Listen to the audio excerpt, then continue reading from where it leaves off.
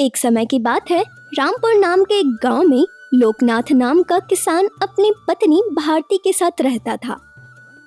उनके दो बच्चे थे, बेटी गौरी और बेटा धीरज। वो अपने 4 एकड़ की खेती में ही फसल उगाकर अपने परिवार का भरण पोषण करते हुए बच्चों को पढ़ाते हुए अपना जीवन व्यतीत कर रहा था। बेटा बचपन से ही बहुत शरारती था। वो चाहे कितनी भी शरारत किया करे, वो जिस चीज की भी जिद करता था, माँ और बहन ये बर्दाश्त नहीं कर सकती थी और वो चीज उसके हाथ में लाकर दे देती थी।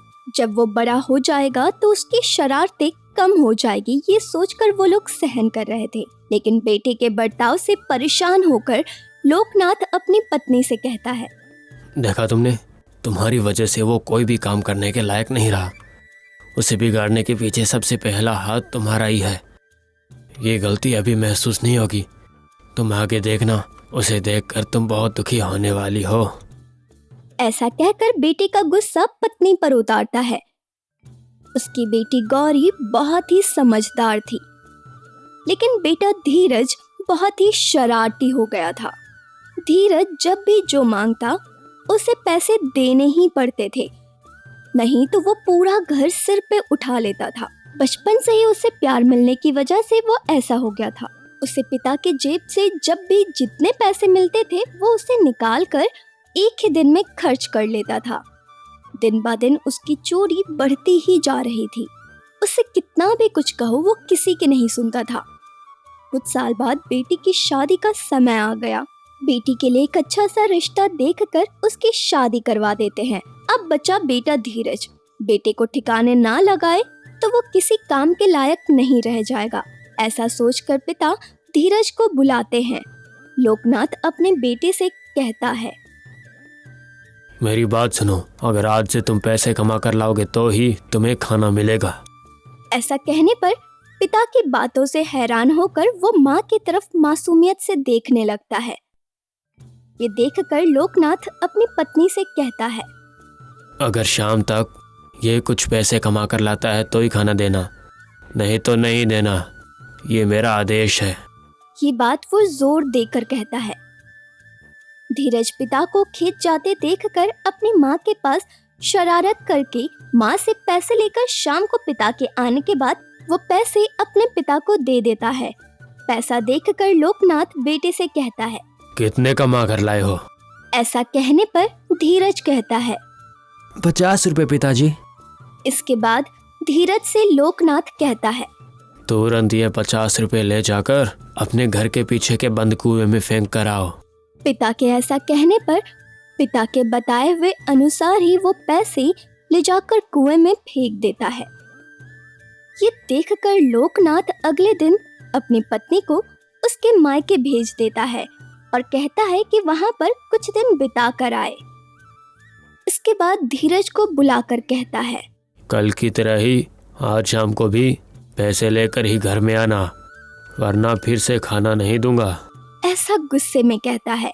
पिता की बात सुनकर वो सोचता है कि कल की तरह माँ से वो पैसे ले लेगा, लेकिन घर में उसे माँ कहीं दिखाई नहीं देती। धीरज गुस्से में बैठा रहता है। तभी उसकी बहन गौरी आती है। उसे देखकर वो बहुत खुश हो जाता है और उससे परेशान करके पैसे ले लेता है। पहले की ही तरह शाम को उसके पिता के आते ही धीरज उनको पैसे दे देता है। पहले ही की तरह वो उन पैसों को कुएं में डालने को कहते हैं। धीरज बिना कुछ बोले पिता के बताए अनुसार उन पैसों को कुएं में डाल देता है। उसके अगले दिन लोकनाथ अपनी बेटी से कहता है, बेटा गौरी, तुम्हारी माँ की तबीयत ठीक ना होने के कारण ससुराल में यहाँ बोल के आई थी ना, और अब यहाँ पे 2-4 दिन और रुकोगी तो दामाद जी को परेशानी होगी। अभी तुम अपने ससुराल चली जाओ, हम लोग ठीक है, हमें परेशानी होगी इस बारे में तुम कुछ भी मत सोचना, ठीक है? तुम चली जाओ। ऐसा कहकर वो बेटी गौरी को ससुराल भेज देता है। अगले दिन पहले ही की तरह धीरज को बुलाकर उससे कहते हैं कि पैसे कमा कर लाओ, और लोकनाथ खेत चला जाता है। लोकनाथ पहले से ही गांव में सभी को धीरज को पैसे देने से इनकार कर देता है और सबको बताता है कि वो बहुत बिगड़ चुका है। धीरज उस दिन परेशान हो जाता है क्योंकि घर में ना तो माँ थी और ना ही उसकी बहन थी। वो घर में हर जगह ढूंढता है पर उसे पैसे कहीं नहीं मिलते हैं। पैसे ना मिलने पर पिताजी सच में खाना नहीं देंगे और उसे भूखे रहना पड़ेगा आज। वो ऐसा सोचने लगता है। लोकनाथ को ये बात अच्छे से पता थी कि धीरज को भूख बर्दाश्त नहीं हो सकता है। मांगते ही उसे खाना देकर उसकी माँ ने उसकी आदत बिगाड़ दी थी। इस तरह भोजन ही उसका जीवन बन गया था। इसी वजह से भोजन का बहाना बनाया था लोकनाथ ने ताकि वो पैसे कमाए। दूसरी तरफ पैसे कहाँ से आएंगे, ये चिंता करते हुए धीरज को कुछ भी समझ नहीं आ रहा था। लेकिन इस तरह बैठे रहने से कुछ नहीं होगा, ऐसा सोचकर वो बाजार में काम ढूंढने जाता है। वो बाजार में जाकर देखता है कि एक आदमी बिना पैरों के काम में लगा हुआ है। उसे देखकर धीरज का मन पूरी तरह से भर जाता है। इसके बाद वो अपने आसपास देखता है तो उसे एक बूढ़ा आदमी गाड़ी में बहुत सारा वजन डालकर उसे मेहनत से खींचता हुआ दिखाई देता है। धीरज उनके पास जाकर कहता है, दादाजी, मैं आपकी मदद करूंगा तो मुझे कुछ पैसे मिल जाएंगे क्या? ऐसा कहने पर वो बूढ़ा मान जाता है। धीरज ने पहले कभी भी ऐसा काम नहीं किया था। ऐसे काम की उसे आदत ही नहीं थी। दोपहर होने की वजह से बहुत ही ज्यादा धूप थी। उसके पसीने छूट गए, गला सूख गया और उसे चक्कर आ रहा था। फिर भी धीरज सब कुछ सहन करके शाम तक वो गाड़ी खींचता रहा। शाम को वो बूढ़ा आदमी उसे कुछ पैसे देता है। वो पैसे लेकर खुशी खुशी घर जाता है और वो पैसे अपने पिता के हाथों में रख देता है। वो पैसा देखकर लोकनाथ कहता है, ये पैसे भी ले जाकर हर बार की तरह कुएं में डाल कर आओ। पिता के ऐसा कहते ही धीरज अपनी आंखों में पानी भर के पिता के पैरों में गिर जाता है। धीरज को इस तरह दुखी देखकर पिता उससे पूछते हैं, क्या हुआ धीरज, आंखों में पानी क्यों? हमेशा जो बताया वही तो करना है, तुम्हारी तो आदत है ना। ऐसा कहने पर धीरज अपने पिता को सब बताता है। पिताजी, पूरे दिन कड़ी धूप में मेहनत करके पैसे लाता हूँ और आप कहते हो कि कुएं में फेंका हूँ। क्या आप सही है? मैं ऐसा बिल्कुल नहीं चाहता कि मेरी मेहनत की कमाई को आप इस तरह हर बार पानी में फेंक दो। ये मेरी मेहनत की कमाई है। धीरज जोर जोर से रोने लगता है। तब लोकनाथ उसे चुप कराता है।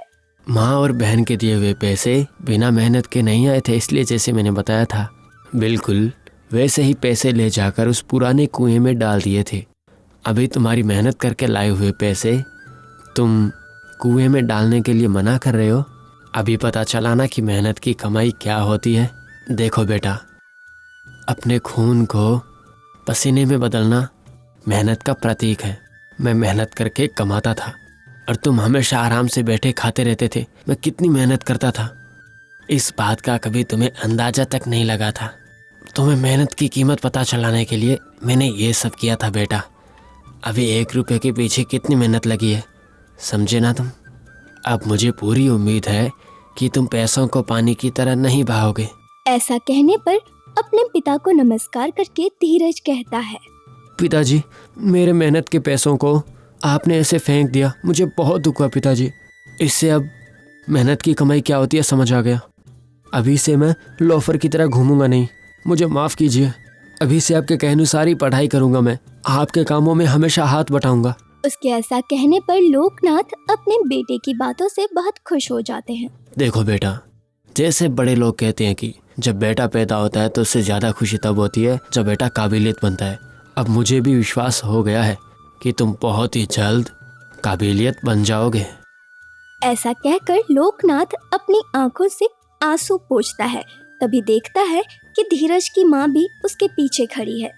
दोस्तों, कड़ी मेहनत से ही हमें हमेशा सुख मिलता है। मतलब बिना मेहनत के हमें कभी कोई लाभ नहीं मिल सकता। फल प्राप्ति के लिए मेहनत करनी ही पड़ती है और ज़रूरत पड़ी तो कड़ी मेहनत भी करनी पड़ सकती है। अगर कुछ पाने की जिद है तो हमें बहुत मेहनत करनी पड़ेगी, तभी जाकर उसका फल मिल पाएगा। उसका फल, उसकी कीमत, उसका प्रोत्साहन मिल पाएगा हमें। ये कहानी पसंद आई है तो लाइक करें, शेयर करें और सब्सक्राइब करें। धन्यवाद।